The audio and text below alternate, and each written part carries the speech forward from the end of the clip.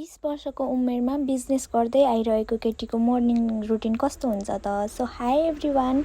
आज चाहिँ म बिहान 6 बजे उठेको थिएँ। म उठ्दा चाहिँ मम्मीले दाल भात चढाइदिइसक्नु भएको थियो। मैले चाहिँ हिजो साँझ नै रेडी बनाएर राखिदिएको थिएँ कि अर्को दिनको लागि सजिलो हुन्छ भनेर। अनि मम्मीले चाहिँ चढाइदिनु भएछ। म चाहिँ बिहान उठ्दा बित्तिकै फर्स्टमा चाहिँ पानी नै पिउँछु कि 1 गिलास पानी पिउँछु। अनि त्यसपछि आफ्नो काम गर्न सुरु गरेँ।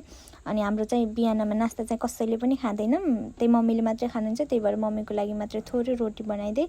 अर्कोतिर दाल पनि झानिसकेँ मैले, अनि सब्जी पनि बसालिसकेँ। अहिले चाहिँ रोटी बेल्दैछु। एकतिर चाहिँ सब्जी, एकतिर रोटी बनाइरहेको थिएँ। बिहान बेलुकाको काम चाहिँ सधैँ मेरो भाउजूले नै गर्नुहुन्छ, तर आज चाहिँ भाउजूलाई सन्चो नभएको भएर चाहिँ मैले गरेको। अनि पसल जानको लागि छिटो छिटो हेयर वास पनि गरिहालेँ। अनि मैले स्किन केयरको नाममा चाहिँ फेस वास, मोइस्चराइजर अनि सनस्क्रिम लगाउँछु, त्यो पनि येल्लो हर्बलको।